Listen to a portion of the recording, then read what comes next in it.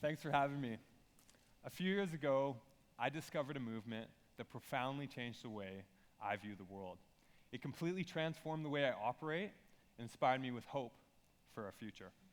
When I graduated high school, my friend talked me out of going to university and into backpacking Australia with him for 6 months. It was an absolute trip of a lifetime. Only 3 weeks into our trip, on a warm summer night in surfer's paradise, we met a family who brought us into their house and hosted us. We actually, after meeting this family, we moved into the garage, and it was converted into a bedroom, with the exception that it was still packed full of all their surfboards and other gear. But we took full advantage of it. We would wake up in the morning and go surfing with the dad, or bike trips with our neighbors. It was incredible how we were on the other side of the world, but all of a sudden we were part of this tight-knit community. We were so far from home, yet had a true sense of belonging. When I came home, I went to university, and in my entrepreneurship class, we watched a video called The Rise of Collaborative Consumption by Rachel Botsman. This video was on the rise of the sharing economy, and it made me completely redefine what I view as wealth, from what I own to what I have access to. It made me think back to Australia and how we truly were wealthy, in the sense that we didn't own a surfboard, but we were still going surfing. We didn't own a bike, but we were still going cycling. In fact, we were broke and had nothing, but because we were part of this tight-knit community, we had access to anything we could ever want. It made me want to create that same world that I felt in Australia, not only for other backpackers, but here at home in our own backyard.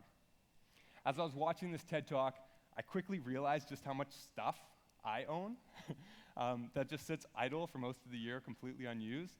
And I'm sure many people here can relate. I found that the average household in North America owns over $3,000 worth of items that are sitting idle at any given moment, most of which are simply just taking up space in storage.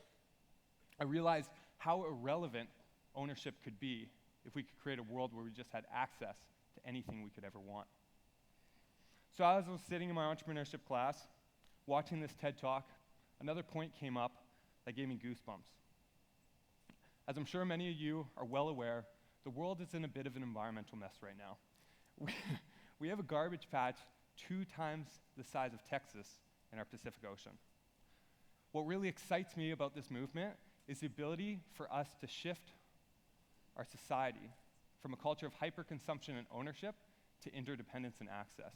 Not only will we significantly benefit the environment, but we'll also be bringing back many of the values that we share, such as community, into our everyday lives. So as I was watching this TED Talk, like I said, I had goosebumps. I literally had goosebumps and butterflies, thinking about the potential that this movement could have in shifting our society forward, in living a more sustainable and community-minded existence. I had to get involved. I approached my teachers to learn more about this movement, but at the time, not one of them had even heard of it. I wanted to learn how I can make a difference in the world. I wanted to learn how I can maximize my impact within this new movement. And since I wasn't learning about the sharing economy in the classroom, I spontaneously packed my bags, and the next day, I just drove straight from Vancouver to San Francisco, where I directed a film series on the sharing economy. This was my way to not only learn more about this new movement, but also to educate others. I met with top thought leaders, companies, and influencers. And in almost every meeting I had, Rachel Botsman's same idea was repeated. Redefine wealth from what you own to what you have access to. When I came home, I had the honor to be able to share this message in front of 20,000 youth at We Day. Wealth is not ownership, it's access. I then received a grant to lead an international team, and in the last year alone, I've had the life-changing opportunity to travel to over 25 countries while living and breathing this movement. We couch surfed with politicians on election weekend in Iceland. We stayed on a permaculture farm with 20-plus dumpster divers in Italy. We even carpooled from country to country with people who none of us spoke the same language. At this point in my travels, I continued to believe that the sharing economy could be the answer to answering some of society's toughest challenges. Wealth is not ownership, it's access. But is that all? I felt like there had to be more to it. I felt like there's something bigger that we could be doing to maximize our impact. I was sent to Europe to do research on the sharing economy, but what I discovered is that the sharing economy was not the solution I thought it was, but a piece of a bigger picture. A bigger picture where people are driven to make choices based on their values. A rise of conscious consumerism. When I think back on my experiences within the sharing economy, I now realize that I didn't fully understand what it meant to be the change we want to see in the world. I consider myself a change maker, but failed to realize the true impact I was having in my day-to-day life by the way I was spending my money. The same power and impact that we all have in how we spend our money. The companies and industries I was supporting just simply didn't match my values. And I'm talking about all forms of my purchases and habits, from the food I consumed to clothing and even household items. The sharing economy made me so extremely passionate about shifting our mindset away from ownership that I didn't realize, though, that ownership could be the very key to our survival. By simply taking ownership of our actions. By understanding how our actions and our spending impacts the things we value most in life. Every action causes a reaction. Every decision that we make says something about who we are and what we value. And every dollar that we spend casts a vote for the type of world we want to live in. The sharing economy also made me realize that simple ideas such as access over ownership can make a significant difference.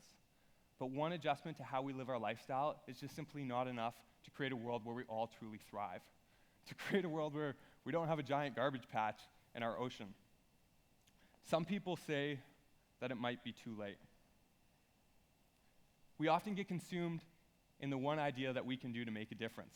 And I am extremely guilty of this with the sharing economy.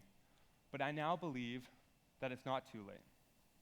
I now believe that we can have a future where we all truly thrive if we connect the dots. If we connect the dots between our actions and our values. If we connect the dots between the impact we're having with all our purchases. You know, I used to think that making a difference was something we'd go out and do. But now I view making a difference as who we are. I now believe that what we do in some things is what we do in everything. So how can we create a world that's truly sustainable? I'm going to highlight 4 action steps that we can do to put our values into everything that we do and create a world of conscious consumers. Let's jump into it. Step 1, define your values. Before we can start becoming conscious consumers, we should probably define what we value supporting. I actually believe the way that we spend our money is one of the most positive and impactful things we can do. I also believe that when we align our purchases with our values, we create a more honest and happier life. After listening to countless world-renowned top CEOs and speakers, one piece of advice always comes up. Identify your values and use those values as a filter for every decision that you make. It just so happens that when you live a life that's in line with your values and purpose, you're much more likely to be happier and feeling a sense of vibrancy in everything that you do. Step 2, set an intention. I originally set an intention to learn more about the sharing economy, which took me on a crazy journey from directing a film series in San Francisco to speaking in front of 20,000 youth at We Day. From traveling to over 25 countries to identifying, in order for us to truly create a world where we all thrive, we actually need to take ownership of our actions. I then set an intention to become a conscious consumer, which then led me to watching documentaries on things like our environment, our food system, our economy, and our happiness, which then led me to shifting my buying habits. What if today we challenge each other to set an intention to live our values in everything that we do? It's a pretty lofty goal, right? Now, if you feel right now a sense of pushback inside of you, understand that that is completely normal and okay. As humans, we view change as a threat to our identity. We view it as losing something. Instead, let's shift our mindset to viewing this as an opportunity to gain to chase our potential, to gain greatness. All right, step 3, develop an awareness. We all have the choice to become a conscious consumer, and it truly is a choice. Information is more abundant than ever. But in order to execute on our intention and our values, we need to have an education. But not the type of education we get in a classroom, but an education that leads us to having an awareness of how our actions impact our world. An awareness of how our job and the impact of our career has on our world and how that aligns with our values and purpose. An awareness of not only the impact that the products have that we consume, but all aspects of our habit, including the food that we eat. An awareness of the power that we have as consumers to change the world and the responsibility that comes with it.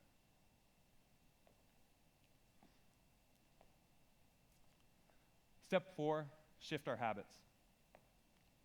We all have the potential to be able to shift our habits, but shifting our habits is extremely challenging.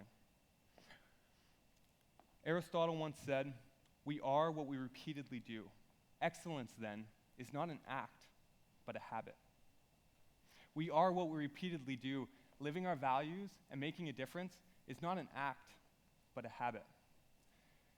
Living our values often requires a shift in our daily routine. We owe it to ourselves and to each other to do what we love and to support industries that bring out the best in our world. If you're feeling like shifting your habits and making a change is too far out of your grasp, understand that there is nothing you can't do. Think abundantly and remember that if it can be conceived, it can be achieved.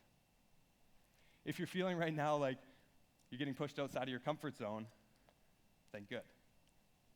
Awesome. Because pioneers choose and embrace struggle. They avoid comfort for long-term gain. Challenge yourself for not only your own personal development and happiness, but for the benefit of people, for animals and nature, and for generations to come. I discovered the power that we have as consumers through my experiences within this collaborative movement. From my time in Australia to traveling around the world feeling that same sense of belonging, freedom, and community, it was the sharing economy that introduced me to the responsibility that we have to live our values. It developed my thirst for conscious consumerism, which led me to understanding the power that we have in our choices. In order for us to create a world where we all truly thrive, we must accept that we have a choice. We choose how we live our lives. TED is a platform for us to challenge our way of thinking, and today, I challenge you. I challenge you to develop an awareness of how your actions, both positively and negatively, impact our world. But I'm not only here to challenge you, but I'm here to support you. As humans, our actions impact each other, and that's how we're all connected. So know that I'm here for you and with you on your journey. We're all in this together. Shifting routine is not easy, but anything worth pursuing in life requires us to suffer just a little bit until we make it habit. As some of us can relate, 90% of the challenge of going to the gym is simply putting on our shoes and getting out the door. Let's at least try and fail instead of failing to try. Systemic change requires us to develop an awareness of how our actions impact each other. Let's come together to support businesses and industries that bring out the best in our world, that make a difference. Let's push and support each other to live lives of greatness. Let's put values back into everything that we do. Thank you.